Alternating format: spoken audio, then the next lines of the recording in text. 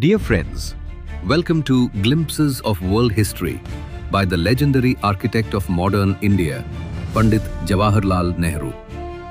You are about to experience this masterpiece narrated through an artificial recreation of Nehru's voice. We must remember that the Aryan Greeks as well as the Aryan Indians were in those early days rough and hard fighters. They were vigorous and they destroyed or absorbed the softer and more civilized people they came across. So Knossos was destroyed nearly 1,000 years before Christ was born. And the new Greeks established themselves in Greece and the islands round about.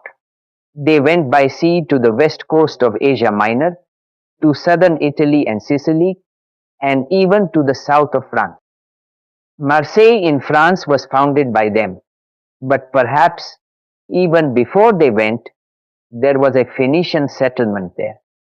You will remember that the Phoenicians were a great seafaring people of Asia Minor who went far and wide in search of trade. They even managed to reach England in those early days when England was a barbarous country, and the long sea voyage through the Straits of Gibraltar must have been a perilous one. In the mainland of Greece, famous cities grew up, Athens and Sparta and Thebes and Corinth. The early days of the Greeks, or the Hellenes as they were called, were celebrated in two famous epics, the Iliad and the Odyssey. You know something about these two epics, which in a way correspond to our own epics, the Ramayana and Mahabharata. They are said to have been written by Homer, who was blind. The Iliad tells us how Paris carried away the beautiful Helen to his town of Troy, and how the Greek kings and chiefs then laid siege to Troy to recover her. The Odyssey is the story of the wanderings of Odysseus or Ulysses on his way back from the siege of Troy. In Asia Minor, not far from the coast, stood this little town of Troy. It exists no more, and for ages past it has ceased to be, but the genius of a poet has made it immortal.